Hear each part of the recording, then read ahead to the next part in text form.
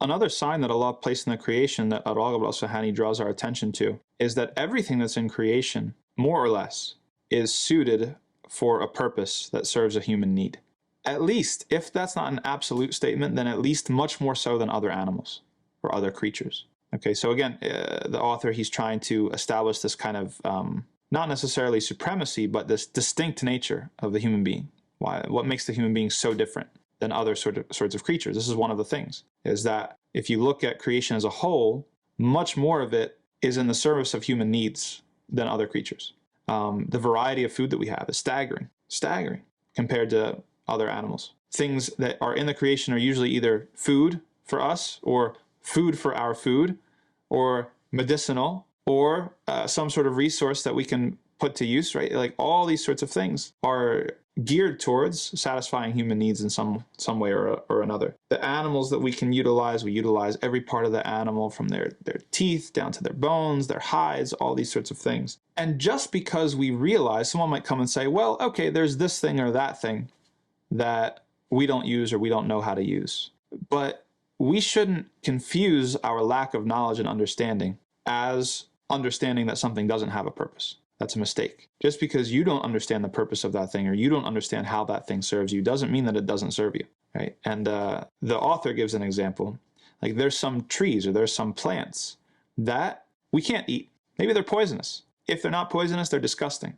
But, so we might ask, okay, why are they here? Right? We hear this every year with, like, when the weather gets warm, like human beings like are experimenting with like eradicating mosquitoes or something like that. We're so arrogant. We think that we can just take something from Allah's creation. It's like, let's get rid of all of it. It's like famous last words. Horrible idea, right? In general.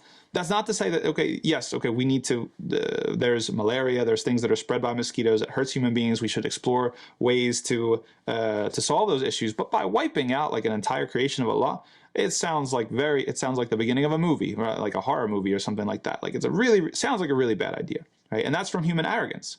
That's from human arrogance to say, well, we can't see the purpose of this thing, so it must not fulfill any purpose. Let's just get rid of it. Okay. Right. So al-Rhagib al-Isfahani gives the example of a plant that might be poisonous or at least tastes horrible, or we can't see an immediate need. And yet, he says, maybe the bee knows its true purpose more than we do. Maybe the bee goes to that nectar and the sweetest honey on earth comes from the flower of that tree. And we're eating the honey. And we don't even realize, because we can't follow the bee. Honeybees can fly up to 5 miles in radius in order to get to forage. We don't follow the bee every single place that he goes, every single tree, every single flower that he drinks from, right? Maybe the most delicious honey comes from the flower of that tree that we can't use in any other way. Or maybe that tree has a root system that keeps the soil from eroding more than any other sort of root system or any other tree. We don't know, right? That's from our arrogance that we just look and we just rush, haste. We say, this thing doesn't have any benefit. Right? And a modern day example is the tailbone, right? So one of the things of people who are enamored with evolutionary theory, they say, okay, well, why do human beings have a tailbone?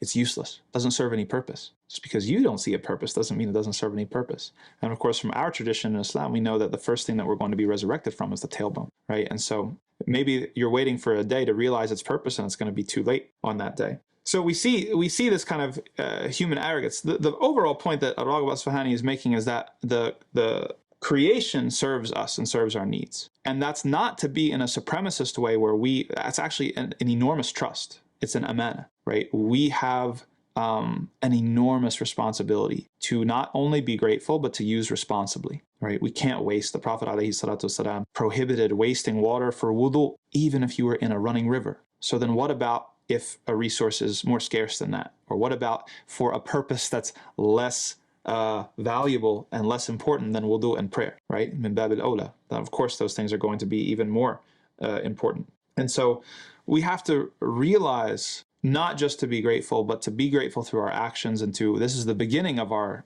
practice of a Khalifa, of somebody who is a representative of Allah, doing Allah's work in the world, setting up the world and managing it in a way that pleases Allah, is to recognize that everything is created for kind of to make our lives easier, and to safeguard it, okay, and to use it responsibly. Does it make sense? If all of these things are placed here for our ease, to just burn through it all, to use it all up until there's none left, that would be not only stupid, but it would be supremely ungrateful. Whereas proper management requires safeguarding the resource or safeguarding the blessing that Allah has given us in the first place.